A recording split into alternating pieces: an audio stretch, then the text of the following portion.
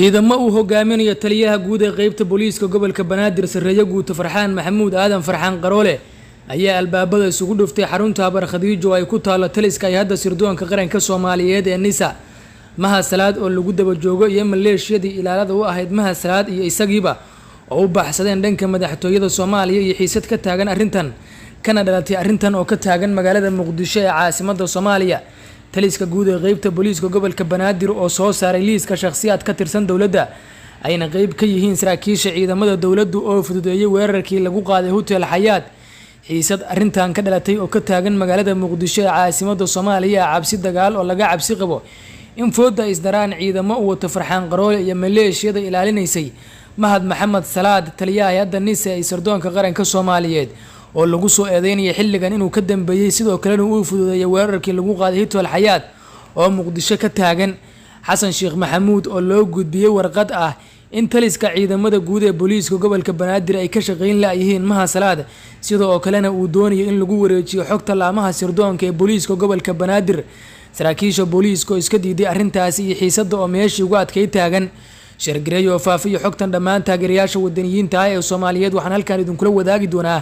xogtii ugu dambeysay arrintaasi la xiriirtay hay'adda NISA xarunteedii Habar Khadiija oo albaabada la isugu dhuftay iyo ciidamada Farxaan Qaroole oo haatan xarunta si guud ula wareegay dokumentiyo iyo muuqaalo cadeyn ah oo laga tirtiray sidoo kalena la geeyay xarunta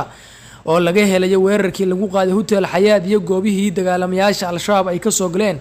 saraakiisha ay la hadleen iyo codad sir iyo muuqaalo gacanta lagu dhigay xilligani waxaana ay gacanta ugu jiraan booliiska gobolka Banaadir gaar ahaan taliye Farxaan Maxamuud Aadan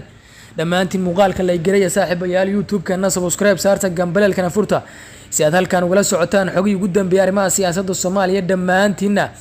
YouTube-kana gambaleelka saarta subscribe-tana saarta ku mahadsanidin aynu ku bilownaa saaxiibayaal taliyaha guud ee booliiska qaybta guud ee gobolka Banaadir Sareeyo Guuto Farxaan Maxamuud Aadan iyo ciidamo uu hogaaminayo ayaa la wareegay xaruntii Habar Khadiijo ay ku taalay taliska NISA halkaas oo maalmihii dambe ay ka howlgalayeen Mahad Maxamed Salaad iyo xubno ka tirsan ilaaladiisa kuwaas oo la shaqeynayay taliye Farxaan Qaroole ayaa hay'adda NISA waxa uu aaday inuu ka helo xogo iyo macluumaadyo ku aadan weerarkii lagu qaaday hotel Xayaat gaar ahaan kaamirooyinka qarsoon oo ay soo burburiyeen ciidamadii Alfa Group ee uu diray Mahad Salaad goobta waxaana taliye Farxaan Qaroole uu ku raad joogay macluumaad ay duubeen kaamirooyinka qarsoon kaas oo la keenay xarunta Habar Khadiijo ee Mahad Salaad uu ku shaqeynayay waxaana ciidamadu ay maantay soo aadeen goobtii markaasi Habar Khadiijo iyadoo Mahad Salaad iyo ilaaladiisa ay ka dhaga adeegeen in taliyaha iyo ciidamada uu hogaaminayay ay gudaha u soo galaan xarunta Habar Khadiijo waxaana taliyaha NISA ee taliyaha guud ee qaybta booliiska gobolka Banaadir oo la soo baxay markaasi dokumentiyo cadeynaya in taliska guud ee ciidamada xoogga dalka Soomaaliyeed xafiiskiisu ay baaritaano ku saabsan warqado in loo soo ogolaaday fasaxna uu ka haysto taliska guud markaasi uu gudbiyay balse Mahad Salaad iyo ciidankii uu hogaaminayay ayaa diiday waxaana taliye Farxaan Qaroole oo ciidamadii ku amray inay guud ahaan bal la wareegaan xarunta Habar Khadiijo ee NISA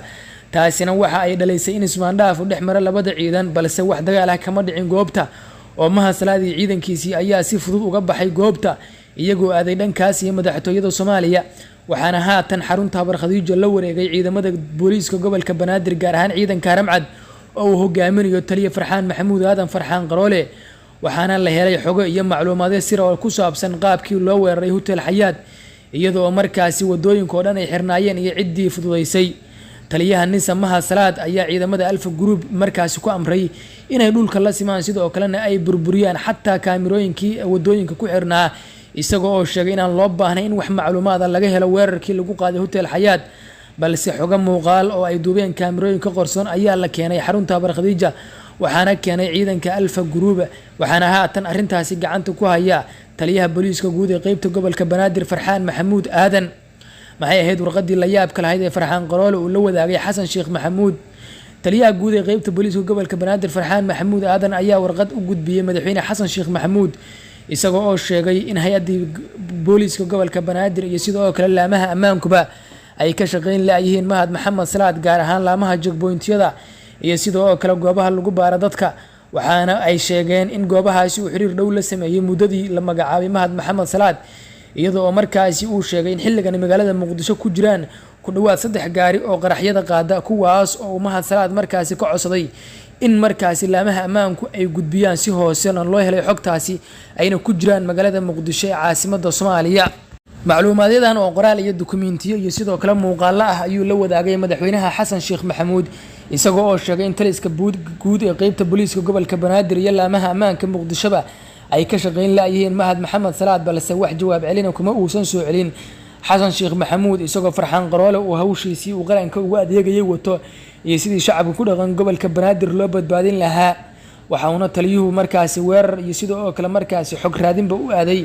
xaruntii Nisa iyadoo Mahad Salaad iyo maleeshiyaadkii uu hogaaminayay xilligan ay isku arursanayaan xaafadda Shirkale ee degmada Hodan halkaas oo ku arursanayo ciidamo ay isku beel yihiin walow labada nin ay isku beel yihiin Farxaan Qaroole iyo Mahad Salaad haddana taliye Farxaan Qaroole waxa uu wacd ku maray inaan laga daba hari doonin saraakiishii amni ee fududeysay weerarkii lagu qaaday Hotel Xayaat ee magaalada Muqdisho ee caasimadda Soomaaliya kaas oo noqday kii ugu waqtiga dheeraa ee al-shabaab ku haystaan weerar intay ku soo qaadaan Muqdisho sidoo kalena dadkii ugu badnaa oo hal hotel lagu dilo ay ku dhinteen waxaana la qiyaasay in ku dhawaad dhimasho iyo dhaawac dadku isku gaarayaan 200 oo ruux dadka qayb ayaa markaasi qaraxyadii ka dhacay wadooyinka ku geeriyooday. haddaba saaxiibayaal taliye Farxaan Qaroole ayaa wuxuu xilligan garab ka helay ra'iisul wasaaraha Jamhuuriyadda Federaalka Soomaaliya